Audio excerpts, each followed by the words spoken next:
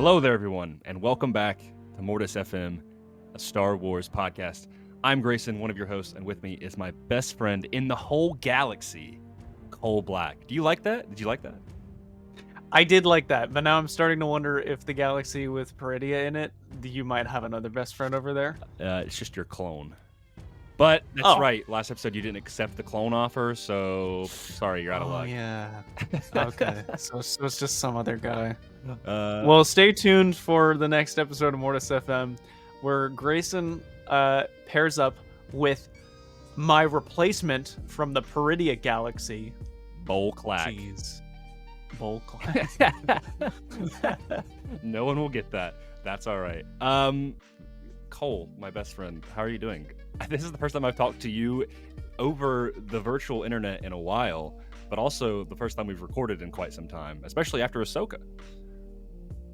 I am doing well. I'm good to be back in ye old saddle, and by saddle, I mean the Mortis FM virtual saddle. I'm just ready to talk about Star Wars. Absolutely. So we didn't really discuss fully on our last episode what we were going to be doing going forward from Ahsoka. We obviously had plenty of ideas cooking. In the meantime, I should mention, Cole was on Star Wars Sith's podcast, Sith Talk. You should go check out that episode. It was very good. I was very entertained on my drive down to Florida, which I have two stories, actually, one of which you know about, the other I wanted to say on the air, just because I thought, why not? Why don't we do some little icebreakers before that end? But yeah, we've had some ideas kind of cooking or whatever. At this point, you've read the title of the episode. You know what it's about. But for the suspense, I'm not going to tell you what it is yet. So yeah, we did that. And then we were also on his stream along with Diamond Figs together. And that was a fun time. So that should be archived. Oh, man, at this point, we're recording this on Halloween. Happy Halloween, by the way. Happy Halloween. Yeah, you probably won't be listening to this on Halloween, but it's the spirit that counts. The spirit. It's spooky day. Yeah. Everybody be spooky. Yeah. And don't get into too much trouble. Yeah, watch out for those razor blades and your taffy. Yeah. I'm not kidding. That is a thing. So yeah, go check out Diamond Figs, Star Wars Sith. I think it's Star Wars Sith 66. Go check them out. Obviously, they have way bigger of a following than we do, but they are dear friends of ours, and we are very thankful that we got these opportunities. So yeah, the next thing I'm going to tell you about, because I said I went down to Florida, is I want to indulge you in this little story. The first one, you're not going to be surprised because I already told you this story, but for the audience, I'm going to tell them, and this is a very brief story. So there's this gas station in America. Most people know it. It's called Buc-ee's. It's like, if I had to describe what America was to, they were like, what's one thing to show me what America is like, it would be the gas station Buc-ee's, because it is just a sight to behold, and it is like, I just want to show that to the pilgrims back in the day, you know? Anyway, they'll lose their minds. Yeah, they're like, yo, what is this? So anyway, I was getting a snack on my drive home, actually, from Florida. And I was wearing a shirt that had had Kanan's mask and Hera's Kalikori on it. And when I was getting rung up, the guy was like, oh, like, how's everything going? I'm like, good. Got my stuff, and as I was walking away, I overheard, like, he was like, he didn't say it like loudly, like he was calling out to me, but he definitely said it loud enough where I could hear him as I was walking away, and he was like, yo, no way, that's Kanan Jarrus and Hera Syndulla. And I heard that in the back, and I like whipped around, and I like gave him kind of like a wink and nod and a little salute, like appreciate it, man. He's like, dude, I love your shirt. As soon as I did that, and that was when I did it, and that was just a really great moment, because I just love interacting with Star Wars fans like that, which connects me into my next story. So I did. Great, it is great. I felt no one has ever pointed that out on that shirt before. So when he pointed that out, I was like, dude, that's awesome. The next thing is I did stop by Galaxy's Edge, stopped by Batuu, Black Spire Outpost, and I did take a little stroll on the Falcon. I've done this many times. In fact, if you've been listening to our show for a while, our intro is from Smuggler's Run. It was I think one of the I want to say the first time you and I ever flew the Falcon together, or one of the first times. It was the first time we personally flew it. Yes. That you and I were in the pilot and co-pilot seats. You were in Han's seat, I was in Chewie's seat. For some reason I'm always in Chewie's seat, and I like that because I'm good at piloting left and right. If anybody knows how you actually do the ride, you'll understand. But and I also just love engaging the hyperdrive. Dude, yeah, you did it so perfectly too, because you pulled it back and then pushed it forward as coming out of hyperspace, which it'll do automatically, but like, come on, you got to do it for the immersive nature of it. So yeah, anyway, we were on there. It was me, my girlfriend, and one of our friends. We got assigned as the pilots. My girlfriend is also in the Han seat. I'm always in the Chewbacca seat. She's gotten very good at it. So there are only 3 people in the world that are good enough to be my co-pilots, and that is Cole right here, my girlfriend, and my father. And they are the Hans. All right.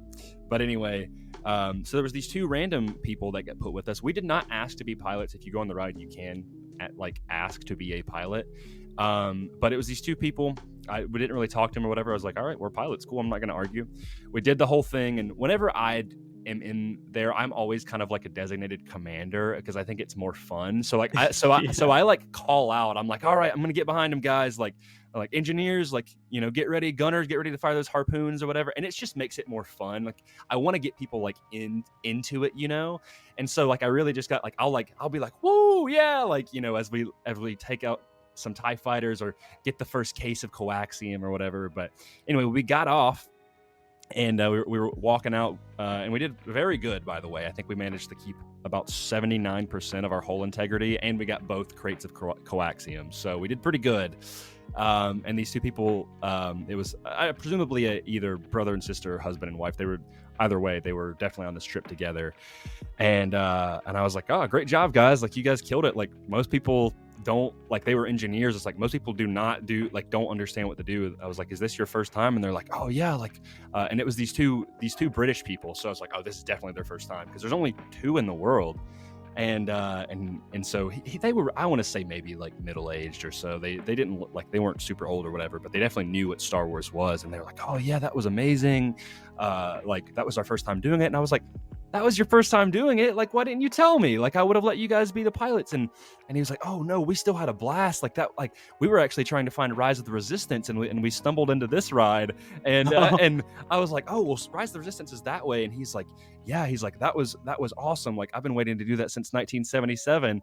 And I was like, oh man. And I was like, oh man. I was like, he's like, man, you should have told me that. Like, I would have let you fly. But the wait in the park that day was so little. Rise of the Resistance, for most people who are like Disney Galaxy's Edge people, the wait on that ride is typically anywhere from an hour and a half to 2 hours. It takes forever. It's a long wait. I remember like being in that line, standing out there in the heat for so long. It's not fun. The wait when we passed by it to leave the park was 25 minutes. That's nice. Just very nice. That's nice. Like the lowest I've ever seen it. But anyway, I told him like the wait for smugglers was like 15 minutes. And I told him, I was like, well, if you guys like want to go be like, you can ask to be a pilot, like go back in and be a pilot. And they're like, oh, we want to go find Rise. I was like, well, that's that way, but I think you're going to have time to do both or whatever. And he shook my hand. He's like, oh, thanks so much, mate. Like I appreciate it. And I was like, of course, like it was great to meet you guys. And it was just a really nice experience. And just, they were just so happy to have been able to like be in the cockpit of the Falcon, you know? See, that's why I feel like when we briefly worked for Disney, I feel like we would have done better at Galaxy's Edge. Yeah. Because I mean, even then it feels like you're still like repping as a Disney cast member at that point in time. Like you're still kind of making magic. Like just right. You just made their day, made their ride. And even as engineers, they had a good time. They did. The best engineers I've ever had. They hit the buttons like that. I was like, I'm shocked at how well they did. And they were having such a great time. Like it was just awesome. That was one of those moments that I was like, this is magical. This is why I love Star Wars, you know?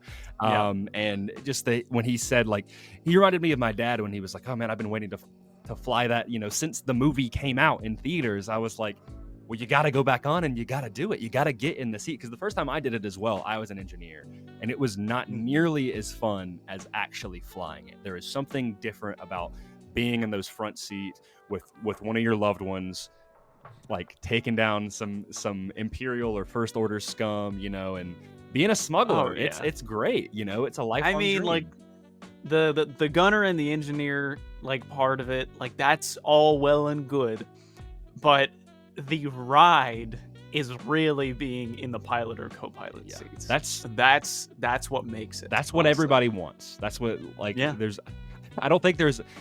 I think the only thing that would make the gunner and the engineer thing better, which obviously technical limitations, they can't, but would be like if you're actually in the gunner seat from original trilogy, like, man, like, it would be so cool. Picture it this way. I'm just gonna lay this out real fast. The Smuggler's Run ride should be pilot and co-pilot are actually in the cockpit, whereas the gunners are in their respective, like gunner seats around the ship.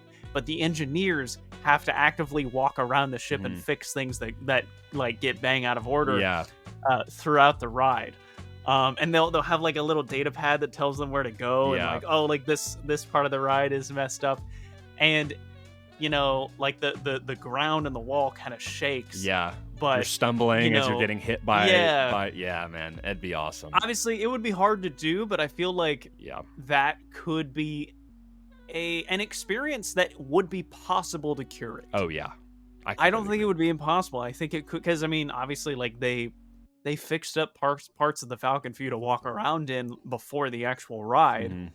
Like you can see the hollow chest table and like the hallways and stuff like that. It's just very pleasing. Very pleasing. It's fun. Yeah, I missed that ride. We got to go back. Yeah. So there's some context to stories, and then also some context as to what our intro is. It's a very sentimental thing between Cole and I. Cole, and you may not. Have you had any cool Star Wars encounters lately? Have any cool little like moments with strangers or just things that you've been doing in Star Wars lately? I finished an audiobook that was really good that we plan on doing on the channel later on, but that's all I got. Honestly, there hasn't been a lot of well, I mean, I've been playing some more Star Wars Legion with my buddy. And those who don't know, Star Wars Legion is it's a tabletop war game for Star Wars where you get a bunch of miniatures and paint them and stuff like that. And we built a makeshift Hoth map where basically we got a bunch of styrofoam and put we coated it with white paint and then sprinkled white sand all over it so it looked super glittery and snow-like.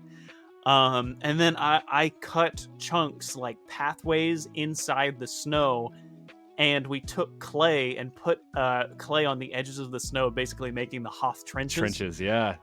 And then I cut out cardboard and glued it all together and made like basically the makeshift little towers from Battlefront 2. 2005, like those little battlements, rebel battlements. Yeah.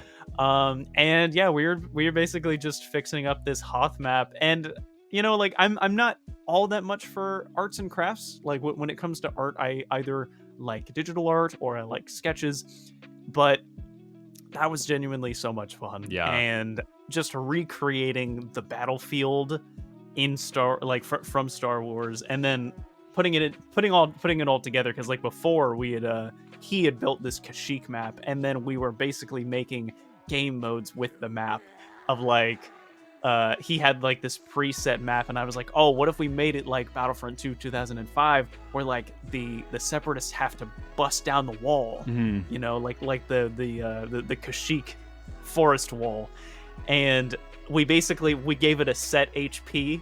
And I, playing as the Separatist, I had my turbo tank, or like the snail tank, and I basically put a bunch of my troops in it and was slowly moving it across the battlefield, trying to take down his forces.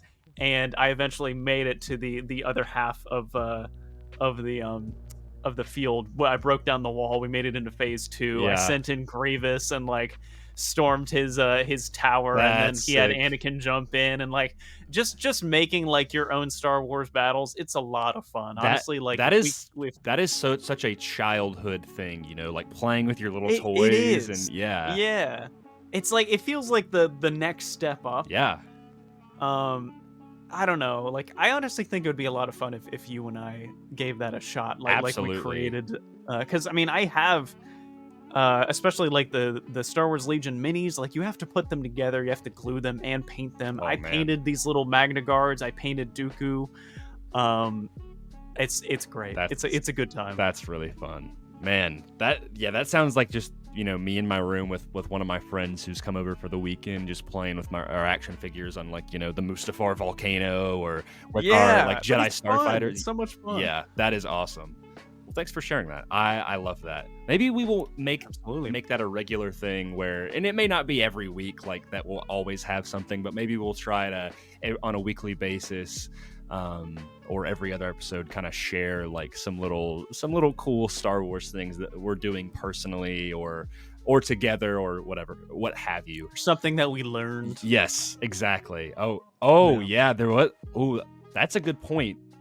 Okay, so for anybody who went to go listen to Cole and Tony, Star Wars Sith, on their episode, you guys know we've been doing these Star Wars chat pack, and we think we've only done one, and I did one with Tony, and you did one with Tony, and you and the question at the end of that one, I'll say what they've said, but I know where you're going with this. What was the scariest Star Wars creature?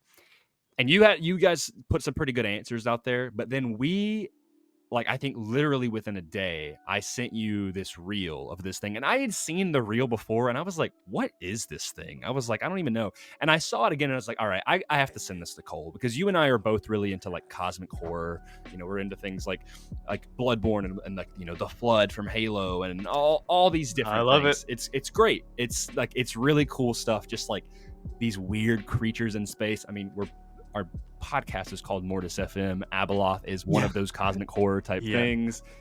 You know, there you go. Well, anyway, I sent you this, and we quickly discovered what the most terrifying creature in Star Wars was, and that is the Star Weird. And this thing is horrifying. Basically, I found out it was also canon. I was like, oh, this is some Legends thing, whatever. Like, this is way too... No, it's canon.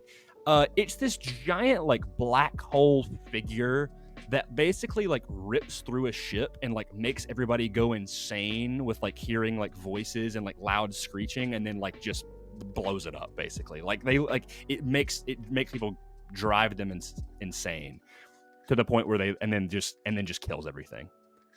Yeah. And go look up what a Star Weird is. You'll see what I'm saying. Maybe I'll even put it in the thumbnail or something. As soon as you sent me that, I was like, yeah, I changed my answer. It's this. Yeah. This is the thing. It honestly made me think about, you know, that episode in Andor where that Imperial interrogator uses this kind of device on Bix? Yes. It kind of made me think, like, that'd be interesting if, like, he was using, like, sound samples from a Star Weird or something like that. Yeah. I don't know. Cool. Headcanon. Yeah. It makes sense. I mean, you know... Yeah, go look up what a Star Weird is, and you'll see the horror. So there's something new we learned. Good job, Cole. Good job, Grayson. Thanks. All right. So now we're going to get into the meat of the episode, and this is going to be a pretty fun episode. Obviously, most of our content has been just Ahsoka stuff, and which has been great. I've loved covering Ahsoka together. It's been a blast. But now we're going to be in a little bit more of a drought. However, there's still a lot that I don't think you know about us as viewers, as listeners. And so both of us wanted to kind of present that opportunity.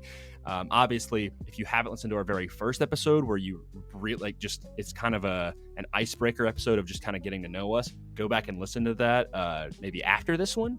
But throughout, the episodes and whatnot, we've made it clear like what our tastes are, what we like, what we don't like, and our views on Star Wars. But one thing that Ahsoka, because we've been doing Ahsoka stuff, we haven't really been able to just talk about just characters that we love in Star Wars. And we've given our favorite characters. I will mention them here. We'll get them out of the way very early on.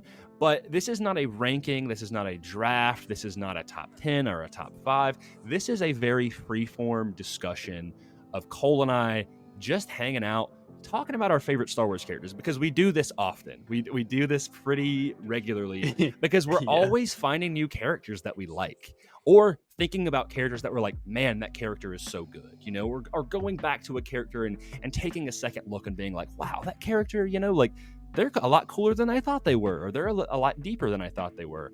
So basically how I want to frame this is Cole and I will go back and forth, and we will mention, we'll just talk about some of our favorite characters. There's probably going to be some bleed over here because we have similar tastes, but we also just have a lot of characters that we really hold near and dear to ourselves. So this is probably going to be a more than one episode thing. My plan is that maybe we will do this in part 2 next month or something, or maybe next episode, or maybe the week after that. There's a lot of for sure. Because I told you, I was like, put in 5 of your favorite characters or 10 of your favorite characters. And I ended up putting more than 10, and I know we're not going to get to all of them. I have more than 10 for sure. Yeah. It's not like a lot more, but it's more. Yeah. And I definitely think after this, we will begin to think of other characters as well. So this will just be kind of a ongoing discussion and just talking about Star Wars characters, because there's a lot of really dope. There's a lot of Star Wars characters, man. And also, I should preface, this is not limited to just canon. This is also Legends, because Legends has a lot of really cool characters. And in my opinion, Legends and canon, doesn't matter what it is. I love Star Wars. I want to talk about Star Wars. So that's what I'm going to do. That's what I'm going to do. So I've talked a lot, but I'm going to pass it to you. And I want you to just go ahead and start with your favorite Star Wars character. We'll just get our favorite characters out of the way, and then we'll bring it back to you with a new character. All right. So the rest of this, it's never going to be, this is my number 1, and then this is my number 2. This is we're basically just going to say our favorite character first, and then we're just going to say, characters that we like. Yeah. Like some of our favorites. They're not in any particular order, except for the first, which my favorite character is Obi-Wan Kenobi. There's no surprise here. I believe I said it on I might have said it on Will and Tony's stream, but I know I said it on Tony's stream. Man. So let's dive right into this. Yeah. About why Obi-Wan is just such a great character, and I cannot wait to hear what you have to say about him as well. Yeah. I'm more than willing to open this up for discussion. But basically, the reason why I love him as a character is that I think that there are a million different ways that someone can be a quote true Jedi. Obi-Wan is most certainly one of those people. Upper echelon, top tier. Yeah. He's it's really hard to explain just what made me attach myself to that character so much, but I've always loved the old wizard character, like the one that trains the character that is undertaking the hero's journey. And in terms of fantasy, Obi-Wan is one of the oldest indications, like iterations of that character model. He is the original Jedi. The very first Star Wars movie, he is the Jedi, the first one you ever see, before Luke, before Yoda, before anybody in the prequels. He's the guy that introduces you to the Force, to the mythology of a Jedi. That's Obi-Wan, man. Yeah, that's Obi-Wan. And he has this amazing story that just gets better and better every time he appears on the screen. Especially Clone Wars. No matter where. Yeah, especially Clone Wars. And he is this.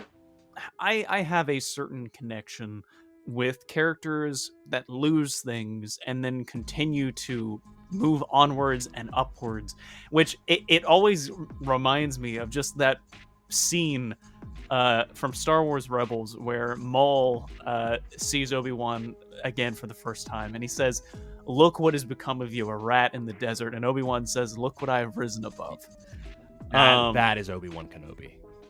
Which, like, you could take that line in a million different ways. Like, is he talking about, "Look what I have risen above you, Maul," or is he talking about, "Look what I have risen above everything, I'm still here"? You know, I'm still Obi-Wan Kenobi. You know, and even though I have my qualms with Kenobi as a show, I think it still remained truthful to Obi-Wan as a character. I still think Agreed. it served him. I still think it served him well, and obviously Ewan McGregor is fantastic. Alec Guinness was fantastic. James Arnold Taylor is fantastic. Like, all of these iterations of Obi-Wan are just better and better. This man is the negotiator, the master of Sarisu, the most offensive defense, you know? I think that he is just this.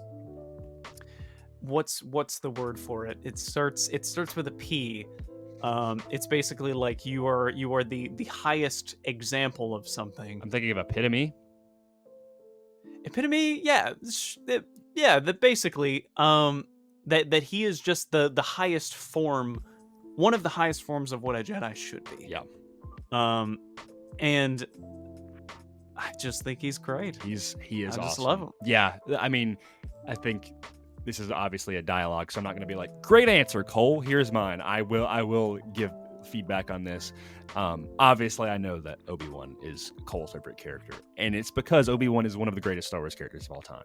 Like I said, he is the top Jedi. He trained Anakin.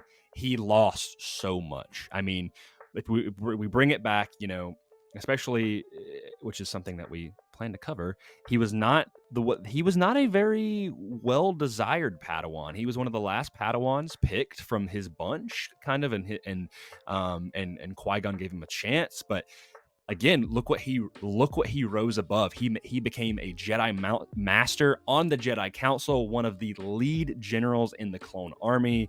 He is a master duelist.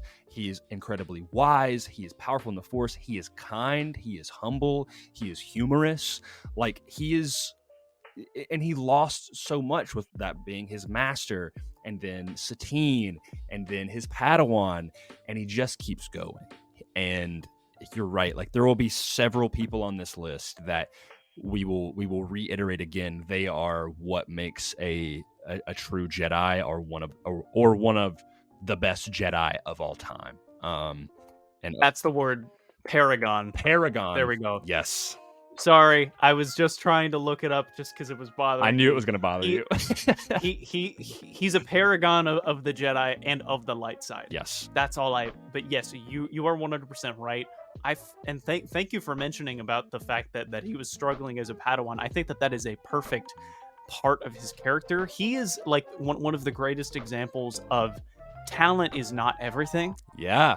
Because he did not have natural talent. He worked his way up to be one of the greatest Jedi ever. Exactly. Which I think for people who were like kind of going back to Ahsoka stuff, like with people hating on Sabine, it's like Sabine has the potential to be one of the greatest Jedi ever. Like, if she puts in the work, like Obi-Wan put in the work, and he became one of the best. Some could argue the best. It's that as an argument I'd be willing to I'd argue to double. Yeah. I'm not gonna, but I'd be willing to listen. He's just there's never been a bad performance for Obi-Wan's character. I don't think there's ever been a bad personification of his character. I think he has been consistently well written and one of the highlights of Star Wars as a whole. Like, it's why people put him in the top 5 characters for Star Wars of all time. It's like he earned that. He earned being a Jedi Master, and he earned his way of being one of the best Star Wars characters. So, yeah, Obi-Wan is a legend. Like, there is no doubt about it. And I love Obi-Wan Kenobi, dude. He's so good. Oh man, like this is what I'm talking about. It's like, this is why I was so excited to do this episode. because we're just like, it just gets me excited about Star Wars, and it just makes me appreciate, like, dude, there are so many good characters, and Obi-Wan is an absolute banger to start off with. He's in like my obligatory top 5 characters of all time. Mhm. And I say obligatory because the list is always greater than 5. Yeah. But like, he's just, I don't know, he's just one of the perfect examples of someone that I aspire to be. Yeah. Like, characters are meant to inspire people, at least, you know, heroic like characters. And he is one that inspires me. Yeah. So That is I think that's a kind of a running trend with, I mean, not all these characters, but a good chunk of these characters that like I find that there is a part of myself that I can take inspiration from, or I can learn a great lesson from, you know? Of course, there's going to be characters on here that are like, oh, they're just cool. They're just funny. They're just awesome, you know? Like, I just like yeah, him. yeah. So I think with that, is there anything else you would like to add about Obi-Wan Kenobi? On top of it all, he still has room for incredible one-liners. He's probably the greatest one-liner character in all of Star Wars. It's just this woodwork of one-liners in every scene. He's a consistent wisecracker. Yeah, like and he's funny, and he's like I said, he's very charming. You know, there's a reason Satine wanted him. I'm just saying. You know? Yeah. And I think that this will lead into. I'll get into this a little bit later, but Obi-Wan is one of the few examples of, you know, him losing something, and especially a loved one, and not falling to the dark side. That is why the Jedi discouraged attachment and love so much, because it is such a slippery slope. And Obi-Wan, I would argue, he disobeyed that. I mean, he didn't obviously get into a relationship with Satine, but like he said himself, had she gave the word, I would have left the order. That's all you need to know right there. Like he loved her. Hearing that from Obi-Wan too, especially after, you know, him being such a stickler for the code and the rules, in, you know, I would say chiefly Phantom Menace and Attack of the Clones, that really puts him into a different perspective. I think that also helps people kind of appreciate Obi-Wan a little bit more, because I think people blame him for Anakin's fall a little too much. Yeah. Is it true that he failed him? Yes, but it's not his fault. It's not. And Obi-Wan, I mean, and Anakin says that to Obi-Wan. He says, you didn't kill Anakin Skywalker. I did. And Sam Witwer, maybe I'll try to find this quote, because I want to start doing some more reels or whatever, but Sam Witwer was saying, like, Vader gave Obi-Wan the exact closure he needed, and it should tell the audience, like, yeah, I never blamed Obi-Wan. Like, there was a lot of factors going in, like, chiefly I blame the Jedi Council. Of course, Obi-Wan is part of that, and there's some things that I think he could have done, but ultimately, like, there's a lot more factors going on there. And yeah, like, Obi-Wan, it's not Obi-Wan's fault. He did the best he possibly could under the circumstances. Yeah, I mean, Obi-Wan was just another victim of adhering to the code, a code that Palpatine so expertly exploited. But that's we could do a whole episode on that. Yeah, it's true. But with that said, Obi-Wan Kenobi is my favorite Star Wars character. So Grayson, I will pass the baton to you. It is no secret who my favorite character is, and going along with the theme of some of the greatest Jedi of all time, for similar reasons, but also for different reasons, that is Caleb Doom himself, Jedi Knight Kanan Jarrus. Cole knows this. We've talked about Kanan and Obi-Wan and all these other Jedi so many times, and this is why I think it's so cool to be doing this episode. Kanan Jarrus is just... When I started watching Rebels, I want to say I didn't really have a favorite Star Wars character.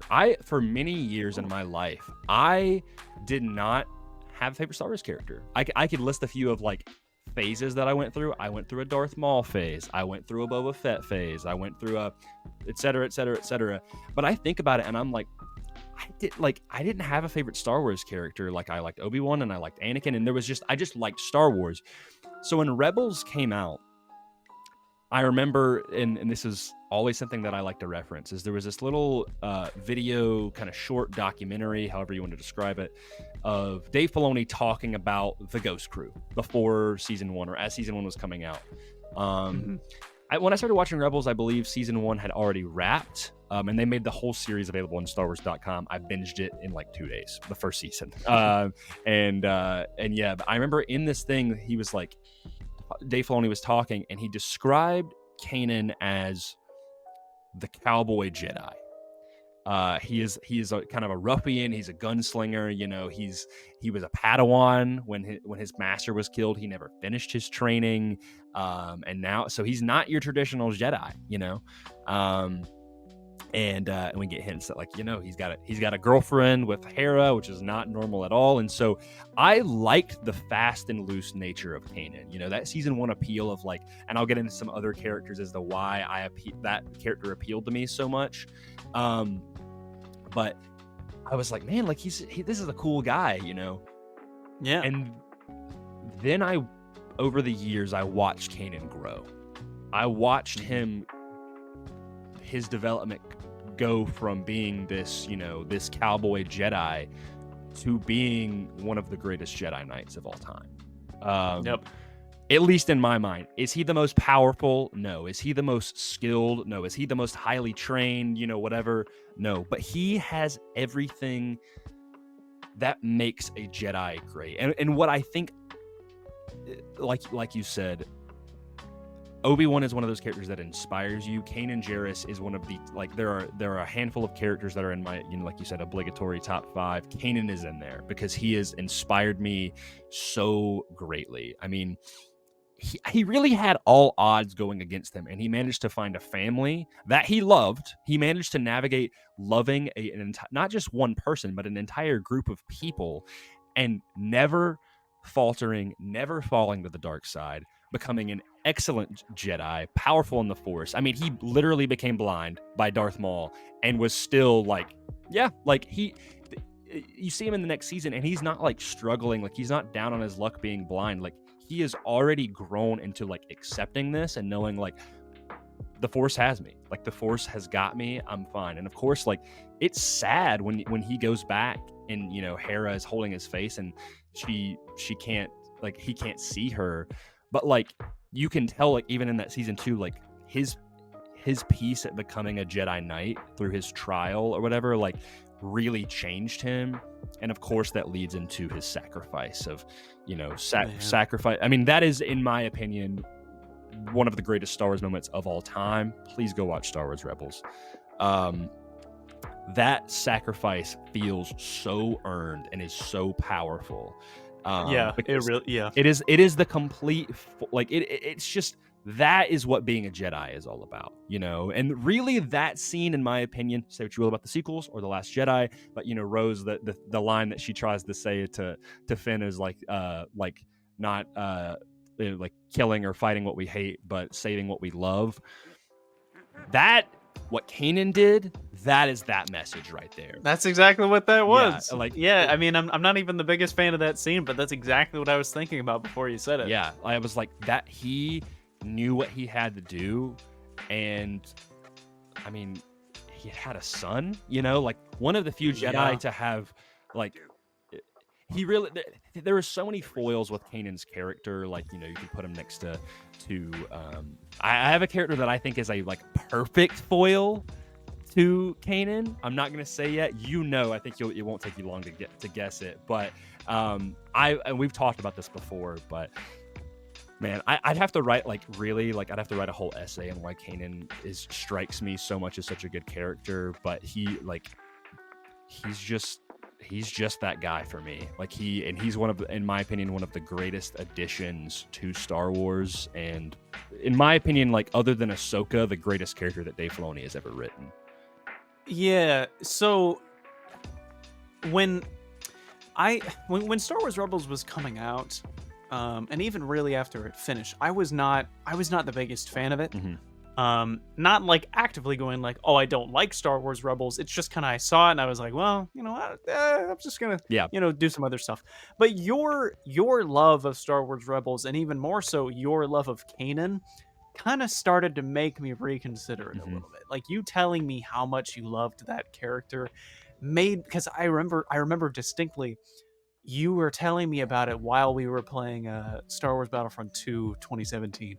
And I remember I was playing a Camino match and I was running around, and then like you and I were talking about Star Wars Rebels. And you were basically trying to get me to reconsider. And I was like, you know what? Fine. Like, okay, I'll give it another look. And I just started to appreciate it so much more because, like, yeah, I really do love Kanan as a character. He's not on my list, but would he be an honorable mention? Absolutely. Like, if I had more space, I'd absolutely put him down. Yeah. I mean, with every passing, with every passing day, I like Kanan more and more, and it could be like by proxy because you love him so much. But I will say distinctly, he has one of the greatest Jedi moments in all of Star Wars. I mean, I think he has a handful, He but does. namely, I distinctly remember what I think is the first time he ignites his lightsaber in Star Wars Rebels, which is like, I think they're like protecting these Wookiees that are being enslaved, and he gets out in front of like the battlements, and he takes his two pieces and puts them together and turns on his lightsaber, and it's just an extremely heroic, kind of like Last Samurai kind of moment. Kid, I'm about to let everyone in on the secret. Yeah. So good. So, and then also like that paired with his sacrifice to also especially the moment when Maul blinds him, and instead of, you know, cowering and going like, oh no, I'm blind, he puts on a mask, he does reverse grip on his saber, and he just stands still and waits, and Maul goes in for the kill, and he just jukes him, tosses him over the side. Dude. So like, good. He defeated the Kanan, Grand Inquisitor, bro. Like, right. That's one of my favorite moments with him as well, is when he says like he's basically one-upping the Grand Inquisitor, and similar to Seer Junda in Jedi Survivor, which I'm sure at some point we'll get to her as well on these series of episodes. But he's like the Grand Inquisitor. I don't remember what he says specifically, but he's like, "How are you doing this?" And he's like, "I have nothing left to fear." And that is what is quintessential of a Jedi. Is like he's not giving into his fear. And basically from that moment on, like there are no, like he does not give into fear. Like he refutes fear and embraces peace and love and just humility. And that's what makes him such a great Jedi, similar to Obi-Wan. Confronting fear is the destiny of a Jedi. One of the best lines. Yeah, dude, I love Kanan. Yeah. He's I really hope that we get to see more of him. I doubt it. Yeah. But you know, like to take what was it? Episode 1 of Bad Batch, season 1. Mm-hmm. I really thought that they were going to tailor him back into the story. Yeah. So I'm curious if they will. It's we've said this before. I really would like for them to do a Tales of the Jedi arc with him. Yeah, that'd be great. But here's the thing: is like I feel like I'm one of the number one Kanan fanboys in the world. But I said this before, like Kanan is this character who is a lightning in a bottle for me, where to me his character is so perfect that like if they never did content with him ever again, I'd be okay with it. Like and that's weird because I feel like as a Star Wars fan, we're always like more. We want more. And Kanan, I'm just like, I'm at peace with like he had a great arc. His content is amazing. I love his character. I love his wit. I love his performance by Freddie Prinze Jr. I don't need any more. I'm all right with it. Yeah, he does have a very solidified one and done character arc. Yeah. Like, I mean, all of it has been seen through to its end. And even though some of the details are a little askew in the context of our, canon media, the Kanan comic does have, very good feeling as to what he did in between the time of The Purge and Star Wars Rebels. So, yeah, I mean, if you want to look into it, read the Kanan comics. It's very great. I read it in one sitting. It's great. They're not entirely canon. Take it what you will, but I still consider it most of it canon, and it's really good. What you want to be canon is, Yeah, exactly. All right. we've kind of sat on our favorite characters. I'm gonna toss it to you. Throw out a character that you love. All right, I am going to, and I'm also going to not choose them in the order that I have them listed. I'm just gonna like pick a character that I just feel like I want to talk about. You know? Yeah. So I didn't want to do this in order either. So I am actually going to, let's see. And I know you're gonna say a character that I have on here because I feel like there is at least one that you will say that, but we'll see. Okay. Pick. Let's see. Just use the Force, Cole. Just feel it. I'm just gonna close my eyes, and whichever one my finger lands on, that's gonna be the one I talk about. Okay, this is a very interesting jump. Okay. But I'm glad that we're getting into this pretty quickly. A character on my list is HK47. I knew you were gonna say that, dude. HK47 is great. Can go off. So, one of the fondest childhood memories of Star Wars that I have is my dad got my brother and I Star Wars Knights of the Old Republic for the original Xbox.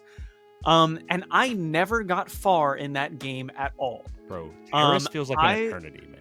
Yes. I was stuck running around Terrace forever, and I could never get past it because as a child, I was a stupid and didn't know how to do things. Those games are not really made for children. Like, you have to be like at least like maybe like 11 or above, and maybe you can understand. Right. And so even though I didn't finish the game, heck, I didn't even like get far into it at all, I still have the most fond memories of that game because it just sits in my mind as something so incredibly nostalgic. Mm-hmm. The main menu theme, the entire Endar Spire spectacle with that like battle theme, crashing down onto Terrace, talking with Karth, fighting in the Terrace arena, like that's basically how far I got. And it was, I believe it was, I think it was 2021. It was within the past 2 years, yeah. Yeah, it was either 2020 or 2021 that I finally decided that I was going to sit down and play the game. Mm-hmm. I was like, I cannot wait to do this because I had always heard, I mean, like, I loved Darth Revan and I loved HK, but like, it was all about stories that I had kind of heard about through watching videos or hearsay or just knowing about them. Like, you know a lot about when you're into Star Wars this deep, you know a lot about it without actually having read the source material. That's a great point. Or like seen it or whatever. And I was just so excited to finally consume it for myself. And meeting HK47 on Tatooine, yes, no less, in Knights of the Old Republic, it just solidified all of my opinions of, yes, I do still 100% love this character because he's literally just a murder bot. Yeah. He was the OG murder bot. There's been quite a few done since him, but he's the one, you know. He's the original one. He calls all organics meat bags. Oh. And I mean you know, and I've probably said it several times already, I love droids. I am an all things droid guy. Cole is Star the Wars droid enthusiast here. Yeah, and it's remarkable how I don't have more droid characters on my list, but they just need to make more. It's I don't make the rules, but yeah, thank you. But HK47 is just hilarious. I mean, he is this 6-7 foot tall murder bot that calls organics meat bags and wields a sniper rifle. You know, he is an absolute weapon that is not only extremely articulate in what he says, but he's absolutely hilarious. Yeah, he's super funny. Oh my, he's like 4,000 years old. Yeah, he's kind of dated. It would be really funny if they brought him into canon because I would love to see a conversation between him and Hu Yang. Yes, which actually I'm gonna say I forgot, but I am putting Hu Yang on my honorable mentions list. I love Hu Yang. Well, that's good you say that because, well, first of all, do you have any other thoughts on HK47 you've nailed it on the head for me. I really can't say any better. I wish that I could say more, but it's just funny because there isn't much complexity to his character in that sense. Like, there's not much more to go into. He's not as nuanced as Obi-Wan Kenobi. It's just like he's just a murder bot. Yeah. That is extremely opinionated. He's just one of those companion characters that you love to have around. Like here, so for my context is, same backstory with Knights of the Old Republic. Like my friend let me borrow it. I think I actually may have played the second one before the first one, and I was still like, the second one starts off even worse, where you're just on this mining station for like the first like 7 hours of the game, and I'm like, oh, man. Bro, like I just want to go to Coruscant. Or like whatever. But yeah, I remember my friend let me borrow the first game, and he made it. He said he was giving it to me, and then like years later, he's like, "Hey, do you still have my copy?" And I was like, "You gave it to me. What do you mean? Like you said it was mine." I was a kid. Don't even worry about it. But in my I went back and played KOTOR on PC. 2014, 2013, 2014, I went through a big phase, and I like was just addicted because I was finally like, oh my god, I understand, because I had played RPGs by that point. Like I played Skyrim, I played Oblivion, etc. I played all these RPGs. I was like, oh, I understand what these numbers and stuff mean. My regular rotation of companions for the first game was, and this is a character that I didn't put on my list, but I need to. But I figured it'd be too obscure. But we'll talk about it later. Jolie Bindo was one of my guys, and then HK. And the companions in KOTOR have like an interesting thing where like basically there is a companion that is kind of geared towards like whatever type of character you want in their alignment. They have it. Like if you want like 2 evil gunslinging guys, there's an evil droid and there's an evil bounty hunter for you. Or if you want like a more neutral people, well, I think there's Jolie, and some of the characters, they are a little bit more closer to you, so they will kind of fluctuate depending on what you're doing. But you've got your light side and your dark side characters, and kind of all the different Star Wars archetypes. Your muscle, your gunner, your scoundrel, your Jedi, whatever. But yeah.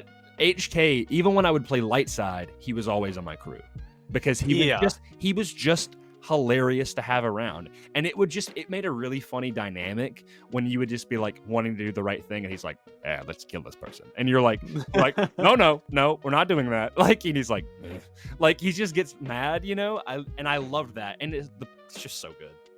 He makes playthrough so incredibly endearing. Yeah, like he is. I mean, he's one of the perfect additions to make to a tag-along story, like in an RPG. He basically serves the Inigo purpose. Like Inigo is a companion in Skyrim. Inigo is one of the most popular follower mods for Skyrim. And even though Inigo is incredibly more nuanced in terms of his character, he still serves that kind of purpose where he's meant to make you laugh and also be a powerhouse for you in the game. Yeah. So, and like there's those archetypes in Star Wars, and it's like in most Star Wars stories there's a droid.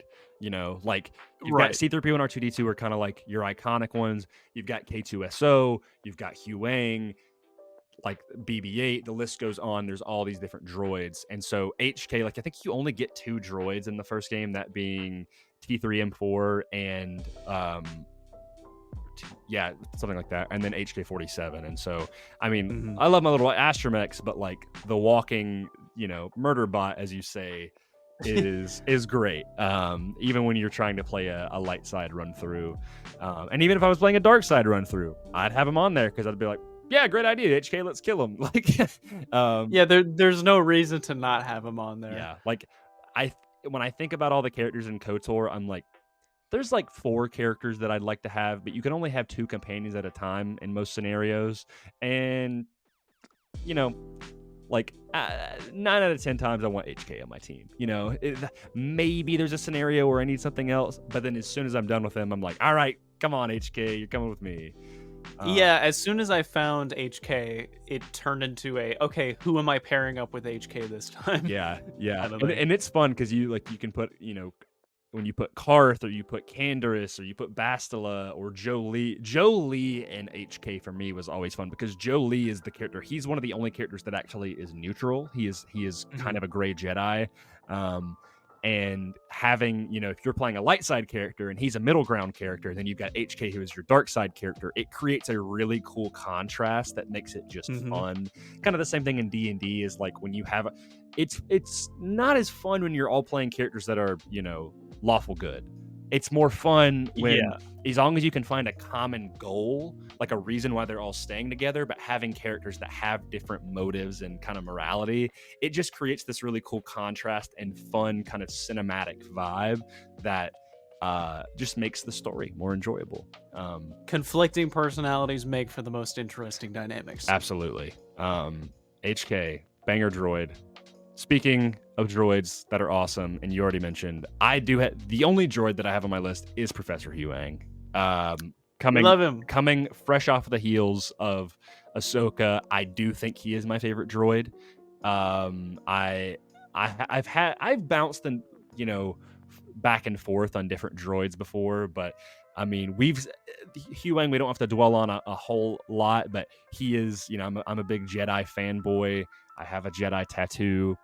There you go. Huang is the Jedi droid. Like, he is the one that teaches all younglings how to make their lightsabers. Like, if anybody is retaining the information of what it means to be a Jedi or like the Jedi Order, it's Huang. And he's funny and he's competent.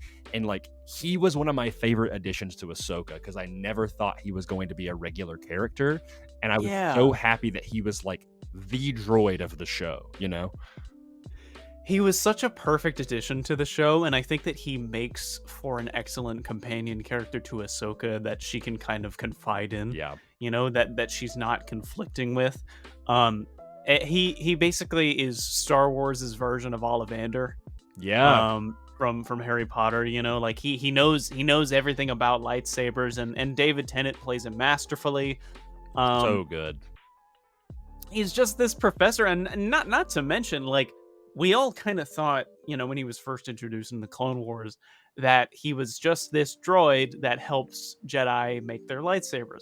Little did we know, he taught history lessons back at the temple, and also helps them train with their lightsabers. And he also knows how to fight himself. And he knows how to fight. He was fighting new model HK droids. Yeah. So, I mean, hey, if he meets HK-47 in person, I'd love to see him tussle. HK-47 in live action, I think I'd lose my mind. That would be insanely cool.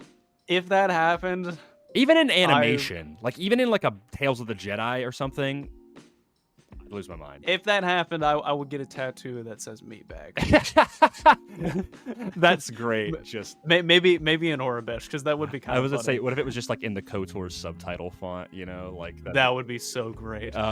And also, it makes sense that I feel like Huang is on my list because, as you know, I'm a giant lightsaber fiend. I love lightsabers. Yeah, and so it's kind of natural.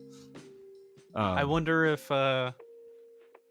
Let's just say if you were in the Star Wars universe, you would probably be spending a lot of time with Huang, dude. Just to like all things lightsaber. Like, hey, can I access your database really quickly? Yeah, I in the scene in Ahsoka, like episode 6 or 5 or whatever, 6, whatever.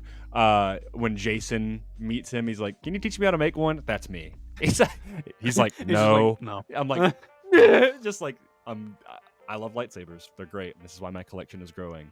Also, I think he also, especially in the later episodes of Ahsoka, they really help hammer into you how much droids really have feelings and perceive things in these sorts of ways that we don't really expect AI and electronics to. Yeah. Especially like when they established it as a certain plot point in Solo with L3, droids are a lot more than the sum of their parts. You know what I mean? Yeah. So I don't know. He's I should have him on my list. For some reason he is not.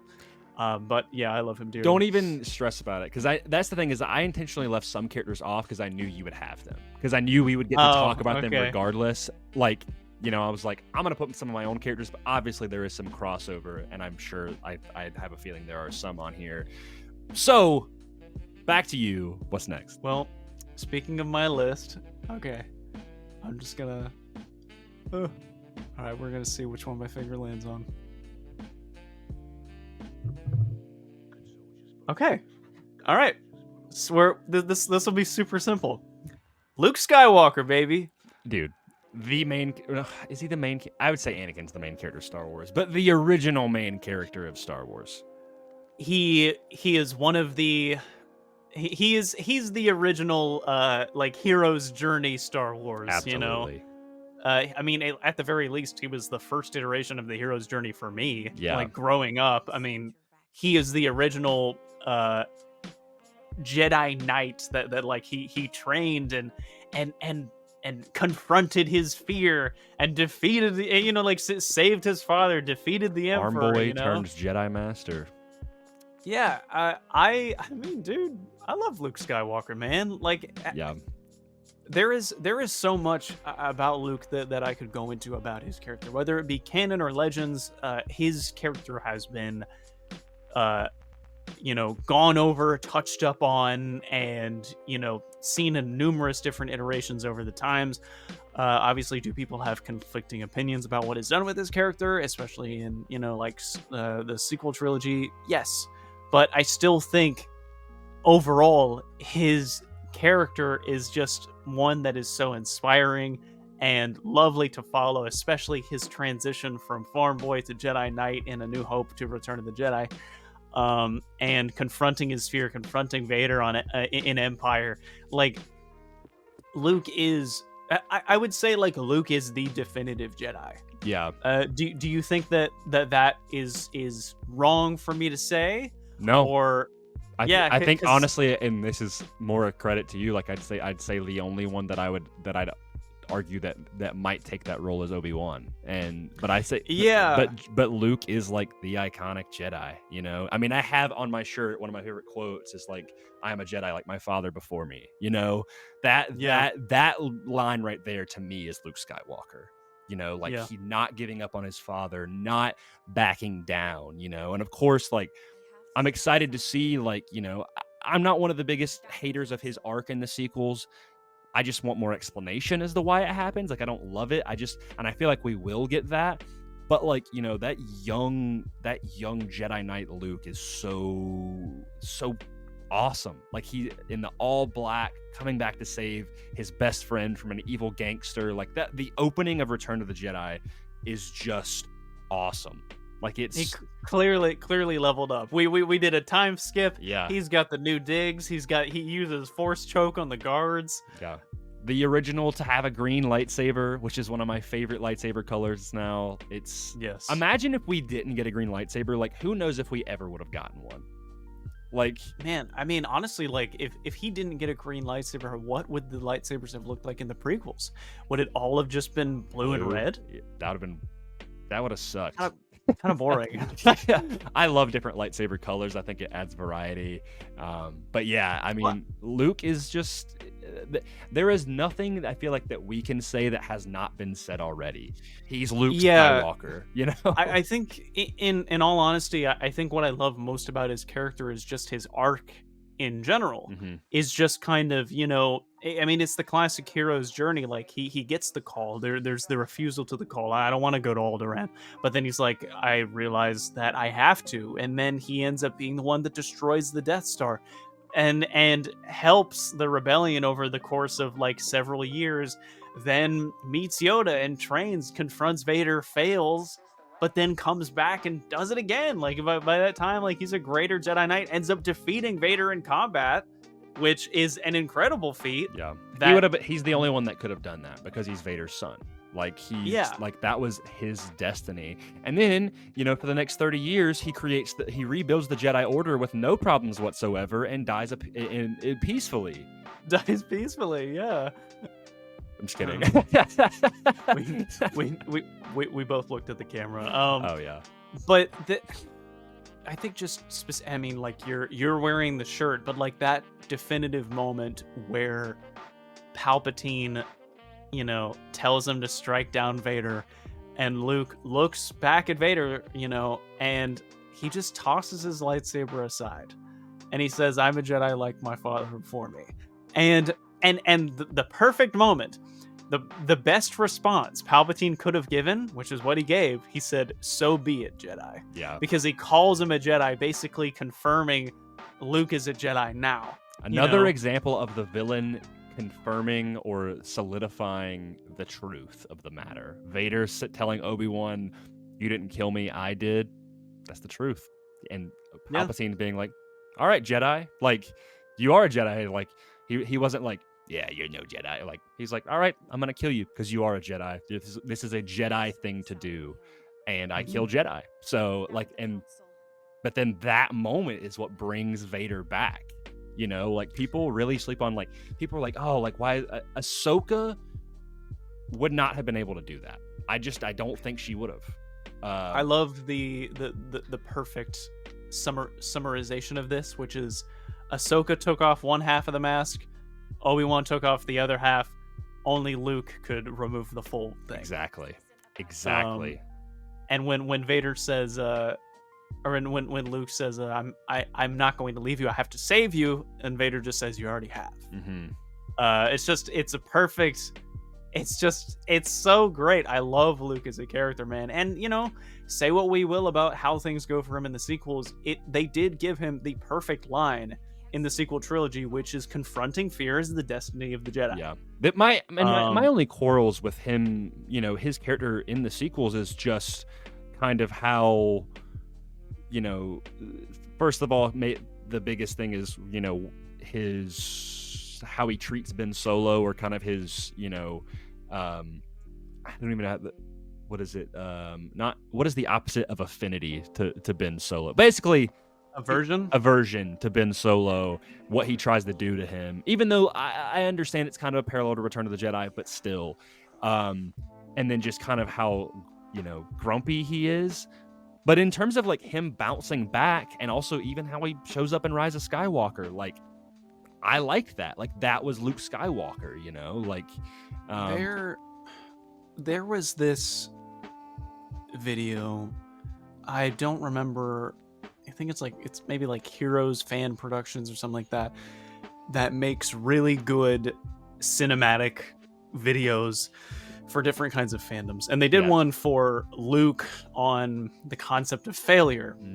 And even though I still am not the biggest fan of, like, Luke's decision to ignite his lightsaber in front of his nephew, I still think that this made this scene better for me.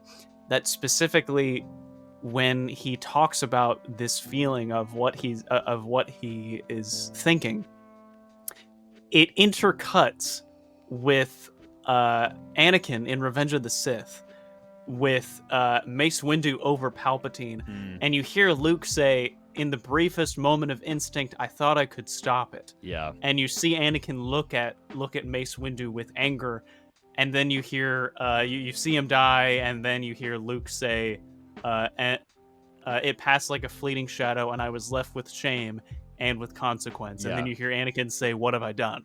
Yeah. And I just feel like it's a fantastic parallel to basically just these in the moment feelings of wanting to save people or stop something, but then going like, "What am I doing?" Yeah. Which is specifically what George told Hayden to basically think of in his mind while he was playing Anakin. There's a specific behind the scenes thing where you see Lord Lucas, where you see where you see George Lucas talk to Hayden, and he says the entirety of this scene you're thinking in the back of your mind, I need to be doing this for Padme, I'm going to do this for us, but you're always thinking, what am I doing? What am I doing? Which is just, I when I think about that, it makes me feel a lot better. So I think, like, like, Luke is just a fantastic character because he goes through these heaps and bounds and these hills and valleys, but even at the end, he still proves that he is a true Jedi, like, facing down those First Order AT-ATs, the AT-M6. Yeah, and once again solidifying himself as another legend. Yes. Of someone that stood up against the First Order alone. Dude, it's still, I mean, to me, him force projecting to face the First Order was such a cool thing to do. I know people were literally wanting him to like face down physically, but to me, like them not even realizing that he's not there until the last minute is so. That was such a cool reveal. So cool, dude. That has aged for me very well. Yeah. And you know, what if he had to do it if Rose didn't do what she did? That's another discussion, but whatever.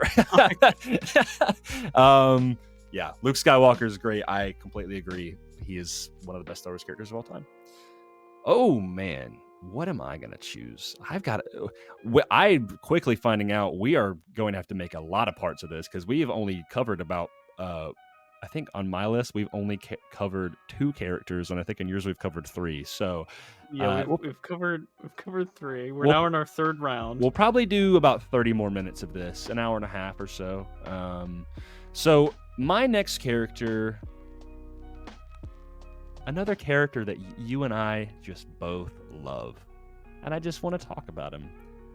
That is Galen Merrick, Starkiller. Oh, perfect. Listen, it's just so I want to correct myself from earlier. I did say that going from like when I was younger, I didn't really have a favorite Star Wars character, and I went through different phases. You know, I even went through a Palpatine phase.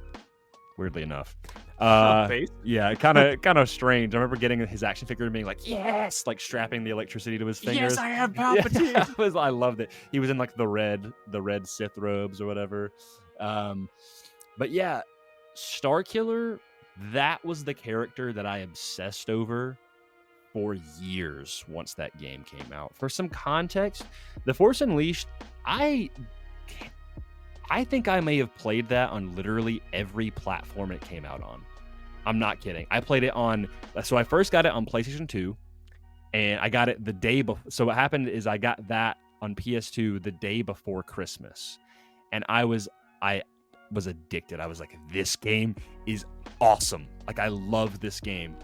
And then the next morning I got an Xbox 360, and I was like, well, now I got to get The Force Unleashed on this. I remember my Xbox back in then, like your 360s, like 50% of the time it would just be busted. Like it was like those early whatever. So I had to send that back, and I was like, it's fine. I've got Force Unleashed. So I just played that on PS2.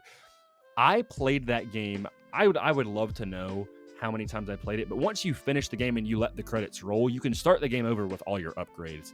I literally just kept playing it over and over and over and over. I think I played it like 30 times. Like, it was insane how many times I played it, and I did it with different costumes and different crystals or whatever. And it's so good though. It just, to me, that was so much of my Star Wars to me, and Starkiller was such a big part of that. And so he really, when that game came out, he was one of my favorite characters. Like, he might have been my favorite character. I tried to do like a Halloween costume as him, where I literally just wore a robe and had a red lightsaber, because what else could I do? I was 8. And I played it on the PSP. I played it on the DS. I played it on the Xbox 360 when I finally got that up and running. I played it on the Wii at my friend's house. I played it on the iPhone. Like, I played it or iPod Touch or whatever. I played it so many times. Starkiller, what I love about his character, and I will always say this till the end of time, I do not love his character because of his power levels. I know a lot of people do. They're like, oh, they need to bring Starkiller in. He's so powerful. Yeah, that's awesome. It's a video game. It's fun. It's fine. I like that. What I like about I like his character. I like that he is the secret apprentice of Darth Vader. He is this tortured soul. He is really like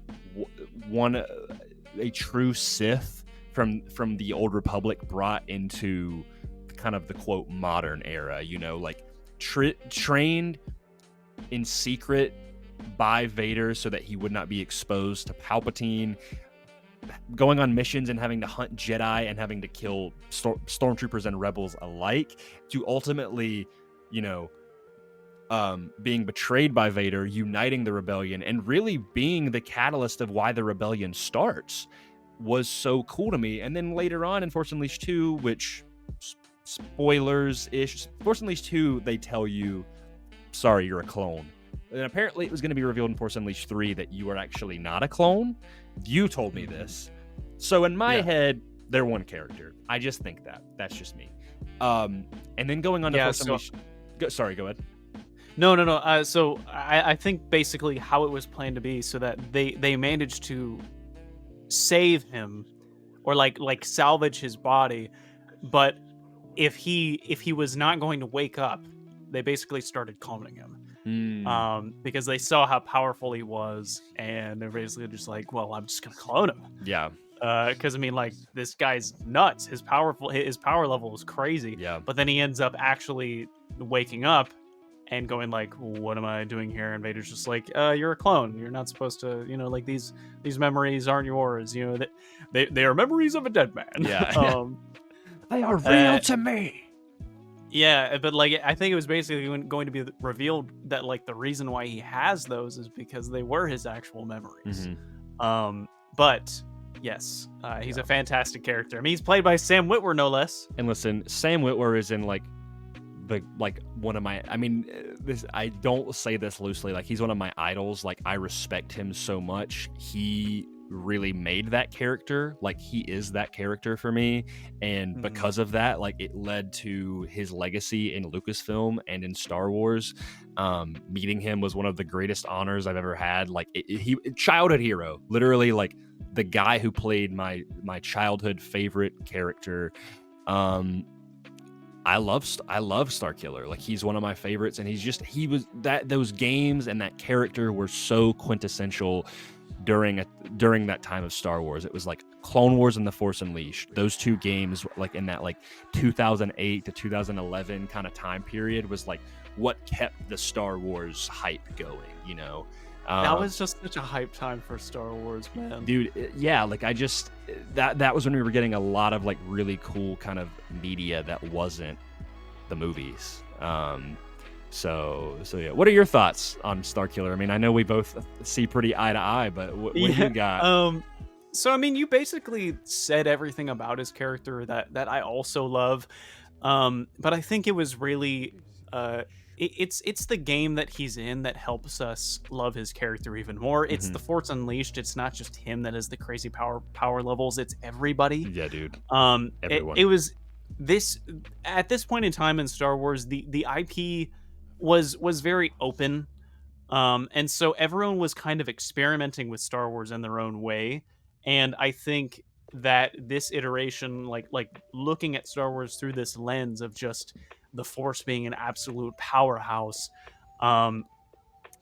is it just such a fantastic way to look at the universe. Yeah.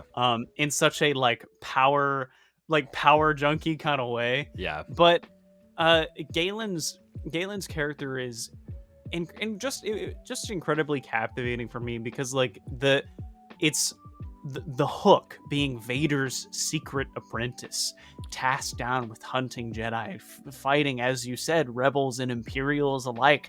I mean, it's a no-brainer for an enjoyable story, and that's why I think he would be an excellent addition to canon material. Yeah. If they, of course, scaled the guy down a little bit and made him fit into the story understandably. Yeah. That's why, you see so many people wanting him to be into canon, because he's so good. He's just such an excellent addition to Star Wars. I mean, canon or not, his place is solidified in Star Wars as a well-known and well-loved character. Yeah. Like, is he legend? Sure, but all the homies know and love Starkiller. Yeah. We love him. Yeah. I don't care that he's legends. Yeah, he is the ultimate folly to Ahsoka, especially if you take the dark side route, which most especially one of the reasons why that game was so captivating is because, the ending was up to you. You decided whether or not you struck down Vader or you chose to save your friends, which is, the more that I think about it, a constant theme throughout Star Wars. Yeah. Defeating what you hate or saving what you love. Yeah. Love and hate, man. It's two of the strongest emotions. And then you slam dunk on Vader, and then you get destroyed because, and then you get some of the craziest DLCs you've ever seen in Star Wars. Yeah, it's honestly it's just the big Star Wars what if, you know? That really, I think, was the catalyst for all those games that had dark side endings, back in the day, because KOTOR had it, The Force Unleashed had it, the Jedi Knight games had it. Like everything was like dark side or light side ending, depending whether on how you played it or just a choice by the end. And that was always like when you did the dark side ending, it was like obviously this is not the canon ending unless you're playing a dark side character, I guess. And it just made it fun because that was kind of like ooh, what if, I am not going to go too much into this. I'm just going to pitch it to you. Just a future episode idea. Star Wars and the concept of choice. Because, just think about it in your head. How many times those big decisions are made throughout Star Wars? Yeah. We got to tackle that in the future. I really want to talk about that. I have plenty of characters as well that I have one that comes to mind that I think that is very relevant too. But I think is going to be the last character that I do. But let's go ahead and say, give me your last character for this episode before we go to mine, and then we'll go to our question to wrap it up. Okay, I'm not gonna do any bias. I'm just gonna randomly pick again. Okay. Yoda. Oh, dude, you're picking all the good Jedi this episode. You picked up Obi-Wan, Luke, and Yoda all in one episode. It's just it's funny because the next episode that we do, it's gonna be just definitely not as mainstream as Obi-Wan, Yoda, and Luke. Yeah. I have a lot more characters that you probably wouldn't expect me to say. Mm-hmm. But man, where do I start with Yoda? I mean, sure, like Obi-Wan is the original wizened wizard, right? But Yoda is probably the original I go to the ancient master and learn from his ways kind of character, speaking in riddles and tongues, and basically having you understand these proverbs in order to get the bigger picture. Yeah. Yoda always served that purpose for me. And if Obi-Wan was my inspiration, I think Yoda was my teacher. Yes. I think though I didn't feel as inspired from Yoda in terms of what he did, I felt inspired by what he said. Mm-hmm. The way that he sees the world and interprets the Force, and all of his lessons just so well translate into real life. Yeah. One of my favorite things that he says is just luminous beings are we, not this crude matter. Mm-hmm. As he pinches Luke's shoulder, basically just this exemplification of we are more than just these bodies that we commandeer. We are a part of the cosmic universe. Yeah. And it's really hard to talk about just so much why I love Yoda, because there's just so much to go into it. He, in his brief period of time, he says so many lessons. Judge me by my size. Do or do not. There is no try. Luke says, I don't believe it, and Yoda says, that's why you fail. It's just constant bangers of lines, and those lessons. From basically my favorite movie of all time, Empire Strikes Back, those lessons that I learned as a child have carried with me to this day of me being 24. I haven't forgotten a single one of those lessons, but yet I still feel the need to revisit them because they're just so integral to my understanding of life. And I think that even though it feels kind of tangential here, I feel like I'm talking a lot. This is one of the reasons why I love Star Wars, is because it teaches you things that you take with you. Yes. Which, another lesson, Luke looking into the cave, he's like, what will I find in there? Yoda says, only what you take with you. Mm-hmm. Yeah. It's what do you think? Well, first of all, at this point, I think it's pretty clear that we are tangential people. So don't even sweat it, buddy. That's the whole point. Yeah. So, secondly, completely agree. Yoda is one of my comfort characters. Yes. His Perfectly said. theme is always something. It feels like a comfort theme. It feels like he is a character that I'm like I can come back to, and I feel safe, and I feel like a better person. He says my favorite quote in all of Star Wars, which is man, I was gonna say it the whole time, and now I've completely failure the great or the whatever greatest teacher failure is. And then he says that is the burden of all masters. We are what they grow beyond. Those are just kind of that little monologue from him in The Last Jedi is one of my favorite Star Wars scenes of all time. And despite what I may think about those movies, I love that scene that he has with Luke. It's incredible. So specifically, heeded my words not, did you pass on what you have learned? Strength, mastery, but weakness, folly, failure also. Yes, failure most of all. The greatest teacher failure is. Luke, we are what they grow beyond. That is the true burden of all masters. Perfect scene. I remember specifically crying during that scene in the movie. That scene. No matter how I felt walking away from that movie, I cried during that scene. That scene is one of my favorite Star Wars scenes of all time. It's so good. And Yoda is just he's just one of those iconic Star Wars characters that his silhouette is just so everybody knows who Yoda is. You know, he's the funny little green guy with big ears and a cane, and he speaks backwards, he speaks in riddles. But then you know what? Go ahead. Everybody says he's the funny little green guy. I think if he knew that everyone thought of him as that, he would find it funny. Yeah. I think he would genuinely love that, because that's the way that he portrays himself to Luke originally, to test his patience. Right.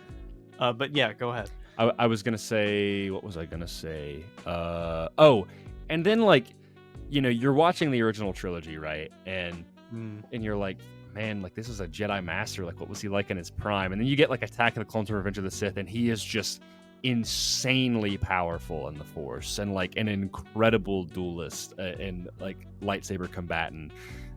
To me, that is always one of the most hype moments. I wish I was in. I think I was when I was a kid. I didn't get it though. As an adult, I wish I could have gone to the theaters with the pretense of man, I've never seen Yoda fight before, and then him just dropping the cane and pulling out the lightsaber. I'd have been bro, no way! I would have lost my mind. Apparently, that was one of the most hype moments in movie theaters at the time. I gotta find some reactions or something from back in the 2002 or 2003, because that's. I gotta know what that was like, you know? Yeah. Yoda is just, he's just top tier. Again, in my opinion, one of the greatest Jedi who's ever lived. I mean, he's the Jedi Grand Master. Are there things flaws with him, things that he failed at? Yes, but he learned from those things. And he's no by means a perfect Jedi, but he is a very very wizened person, and someone who I feel there is so much we can learn, not even just in the Star Wars universe and about the Force, but in our own lives. I would truly be blessed if I had a moment to talk to him. Yeah, imagine that. I wish that, and I was literally about to say I wish that I had the chance to learn from him, but we all have, so we can be thankful for that. Yeah, it's true. Man, I love Star Wars. So, Grayson, what do you got? I'm kind of torn, but I this character has been lingering, has been like a cloud all episode, and I have to speak about him. Is this our last one? This will be the last one, I believe. Yeah. Okay. Because we're all right. We're Let's running hear a little long. This is one of my favorite characters. This is one of my favorite antagonists in all of Star Wars. Oh. It is Bode Akuna from Jedi Survivor. Okay, I fully Now, expected to hear something else. There's people that are probably throwing tomatoes at me right now because they're like, yeah, he sucks. He betrayed everybody. Hear me out. Hear me out, guys. Bo Kuna, by the end, did he do the wrong thing? Yes. But this is the character that I was saying. He is the perfect foil to Kanan, all right? Because he also fell in love and had a kid. And that drove him to the dark side. His protection, like, Kanan was protecting his family, right? Bode's protection of his daughter is what made him go bad, is what made him begin to work for the Empire and fall to the dark side. I mean, he was so hell-bent and focused on making sure that his daughter was unharmed and that nothing would happen to her, that he ends up doing that in the process. And probably should have said spoiler. If anybody, probably people are like, oh, whatever. But spoilers. I'm not going to try to get into any more. If you've already heard this, I'm so sorry. You need to go finish or watch Jedi Survivor. I know it's kind of fresh, but the spoilers, 3, 2, 1. When it's revealed, first of all, I loved him all the way throughout the game as like a companion character. But then that twist, right? I was like, oh man, Bode is such a cool guy. But then the twist of like him betraying everybody and outing the archives on Jedha, and then revealing he is a Force user, and yes, a very powerful one at that, was one of the most hype moments ever. And realizing that he was by the end, I mean, he's the main antagonist by the end of the game. Like you start off with Dagon, and then Vader shows up, and you take care of Dagon, and there's also Ravis. You take care of all of them, and you're like, man, it's all right. I guess we're done. And then Bode reveals himself, and I'm like, dude, what a twist. But like, he's one of those characters that I'm like, he's not just straight up evil. He's not your Maul. He's not your Vader. He's not your Palpatine. Like, this is a man that he's not a Sith. He's just the Jedi who does bad things to make sure that the only thing he has left of his wife and his family, his daughter, stays safe. He's a tortured soul. He is. And he is phenomenally acted and played. Just an amazing character. One of my new favorite Star Wars characters. And to me, like, I find him so interesting because he is quite like literally exactly like Kanan, but the foil, like they are the same character kind of put in different scenarios. And really that character, Bode, made Jedi Survivor kind of surpass. I mean, I would say Survivor would have surpassed Fallen Order for me anyway. I like Fallen Order, but like there is so many cool ideas in Bode, being that like, ex-Republic intelligence working for the Empire, who's also a Force wielder, but he's guising as a smuggler, and he's hid his Force sensitivity, and he's got a daughter, and he was married, but his wife was killed by an Inquisitor, and then he betrays the main character of the game, who was your best friend, and it's just like he leads the Empire to the path, dude. The lore is so good, it's so spicy. That reveal is one of the craziest most memorable moments in Star Wars for me. See, like he shoots Cordova, which terrible L. We're gonna miss you, Cordova, even though I already thought Shocking. You were dead. And like the entire time, like you're on the speeder, you're like, you're so mad, but you need to get to Bode. You're like, why'd you do this? And then it's another twist where you go in and he force pushes Cal back, takes out Dagon's lightsaber reverse grip, and says, "You're not the only one who survived." And then a fight immediately starts. I remember in that specific moment going like, no, like I actively like screamed, or I made some kind of exclamation, because it was just such a hype but also terrible moment where you're just like, no, like, because I mean, it was more, it made it something more. Yes, you were betrayed by a companion, but now you were betrayed by a brother. Like he was, they're basically, brothers. They're basically, institution-based siblings because of the Jedi. And it makes it all the more heartbreaking because, you get the reveal throughout the Force Echoes afterwards that he's trying to figure out ways to avoid this. Yes. He's trying to convince Cal, like, we don't need to lead them to Tanalorr, and like he's talking to himself, going like, oh, Cal, like, I once did this, like trying to, think of different ways to convince him to not do it. But then, even at the end, you realize that he's too far gone, where Kata tries to stop him, and he aggressively pushes her back with the Force. And then you kind of realize he is too far gone. Yeah, he's lost. And then Cal gives him the double tap. He's done. He's gone. It is heartbreaking, and it reminds you of just what war does to people. And you're perfectly right. He is the perfect foil to Kanan. It makes me wonder, what if their rebel cell had gotten attacked and Hera and the rest of the Ghost crew died? What, except for Kanan, like, how would Kanan have handled that? I have no idea. We don't know. And maybe it's Bode's past of working in Republic intelligence and skullduggery that he turned to that kind of life again. Yeah. I was about to say, what if, kind of like the same scenario, like the Empire kills all of the Ghost crew, like Hera has Jason and then kills all of the Ghost crew, and then it's Kanan on the run protecting Jason. Yeah. What would he do? And that's the thing. I don't know, but it's just so heartbreaking. Bode is a fantastic character. He's such just a unique antagonist, and just a very well fleshed out one. Like to me, I'm like Dag, and I was like, yeah, you're an all right villain. You're cool because you're from the High Republic, but yeah, you're kind of dumb.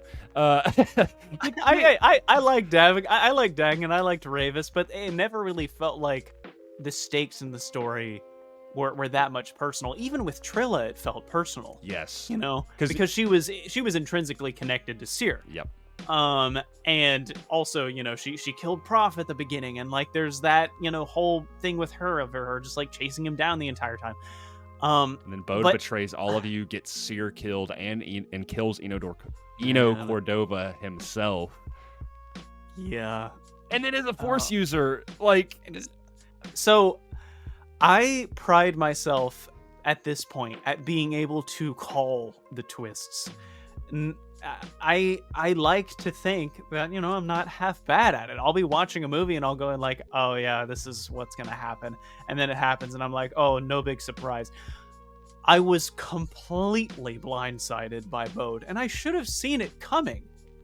I mean, the more you think about it, like the stepping stones were there. Yeah.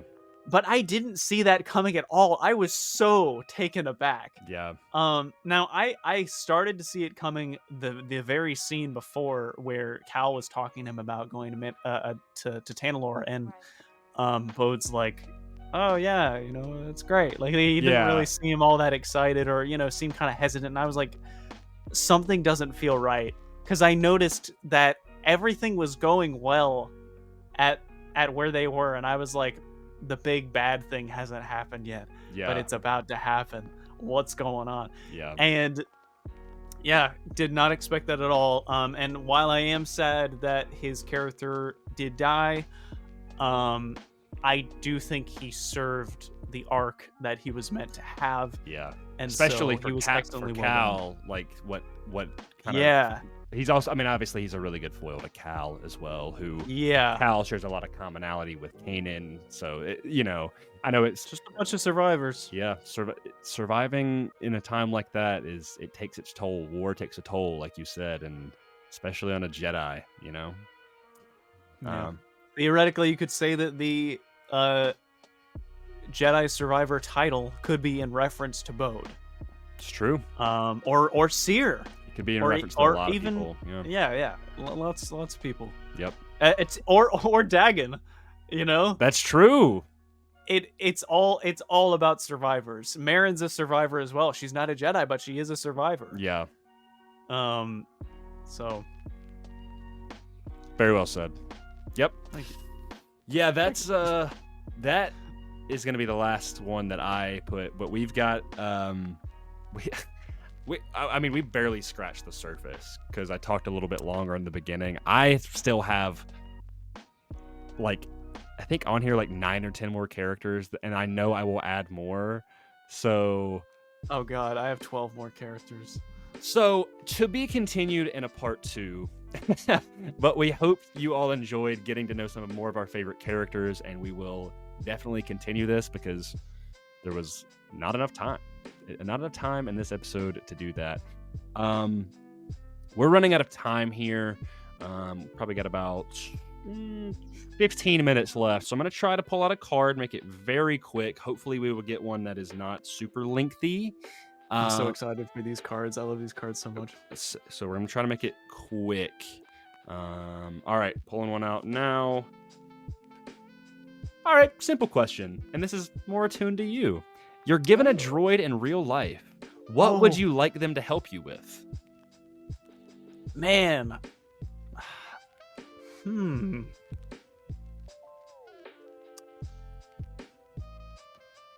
So, my gut instinct, I am absolutely ravished with ADHD. Like my entire life is ruled by it. I have to have multiple reminders set on my phone. I need a planner. I need someone to actively tell me and remind me. I have to put things in front of my face and on my desk so that I remember, because I don't have object permanence, basically. Yeah. And my gut instinct is to basically just have a droid that keeps all that stuff in a data bank that, like, I'll look at it and I'm like, hey, remind me to take this pill or whatever tomorrow. Right. But I think that could kind of branch into a lot of general aspects of life. So I think I would love to I wouldn't really call it a personal assistant. I would basically love to have a droid that almost served like a coach purpose, that basically just helped me stay on track, and kept me disciplined, kept me responsible, made sure that I got whatever it was that I needed to get done, inspired me when I needed to be inspired, helped me train in the specific ways that I want to train, because like I love boxing and I really like running when I can. I honestly just like a life benefit robot, or droid. So I think in that respect, it almost feels like a protocol droid, but it's kind of like the Huang way, where he's a lot more dexterous. He has a lot more physical capabilities. He's not limited in terms of his mobility. He has extensive knowledge, but he also has a very engaging personality, just a companion. I could really use a companion that helps me stay on track. Yeah, I think my answer is pretty similar, like in all those regards. Like I was like, oh, training would be cool. Oh, like having someone to like cook meals would be kind of cool, to have like a chef, a doctor would be really nice, to be able to be like, yep, like I know exactly what you need, like to not have to go to a doctor's office or something. So yeah, like I think that would all be, I think that would all of those features would be really cool. I think my chief one would probably be like, if I had to choose like only one thing that it could do, probably like physical training, I think would be really cool for it to be like, all right, like you're done with work, like we've got time in your schedule, we're gonna go train, we're gonna go do this workout, whether that be sparring or weightlifting or running or whatever. I think that'd be really cool because it would also be like having like a workout buddy at all times, and someone to push you and be like, I know you can do one more, like come on, like you're gonna do it, or like I know you've got half a mile left in you, like we're gonna push you. And he's like, but also make sure that you're like drinking enough water or getting enough nutrients and stuff. Like that would be honestly kind of cool. It would be great, but like super helpful. But like when you have a droid, like they're your companion, you want them to do everything with you. So Yeah, And I agree. Like, I would want a droid more kind of like Huang or like HK or something, where they're like, they're not just like kind of stiff like protocol droids, but they can kind of help you in all aspects. Which I know is kind of a cop out answer, but still.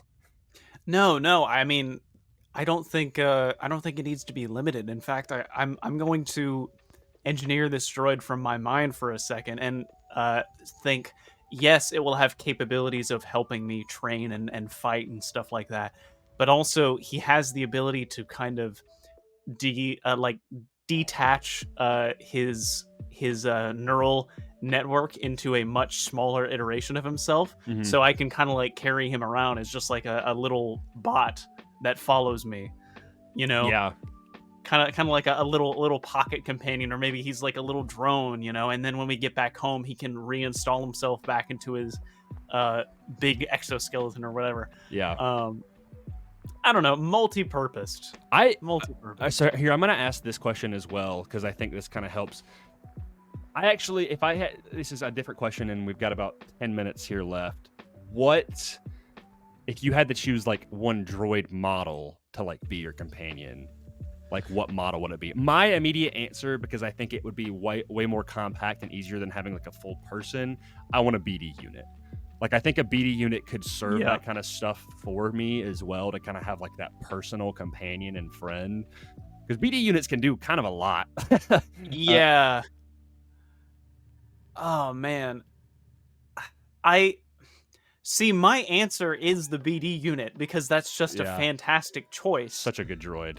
So I'm going to agree with you first, and I'm going to validate it real quick by saying that the reason why I would choose it was because, yes, BDs have incredible capabilities, especially BD1, Cordova's personal BD unit. Like, scanning things, retaining information, helping me, get into places where I can, and being just a little buddy. Yeah. I feel like that could be something that I could really need.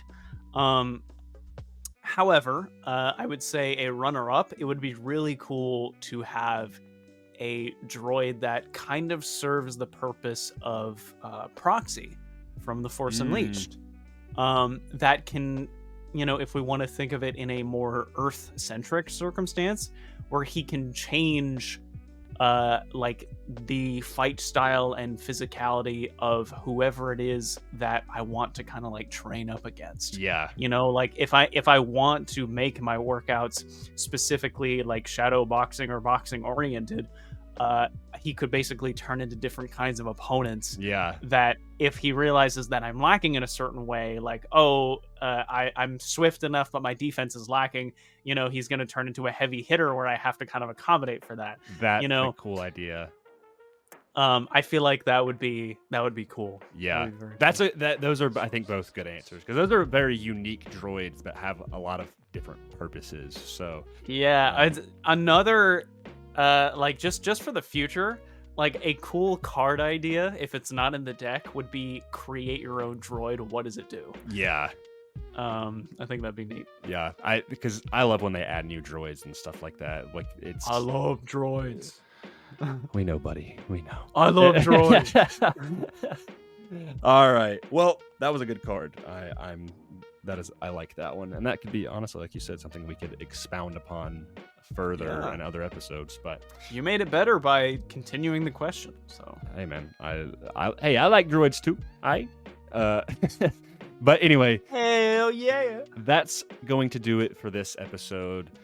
For context, we're using a new kind of recording platform, and we are limited to 2 hours because I am cheap and don't pay for it right now. I'm about to, guys. I just wanted to test it out this episode. And this one was exceptionally long, so I did not think it would cap out at 2 hours. So anyway, thank you all so much for listening, and we really hope you enjoyed just getting to know us more, because I feel like it was just a very good episode about just getting to know us as Star Wars fans and just as people.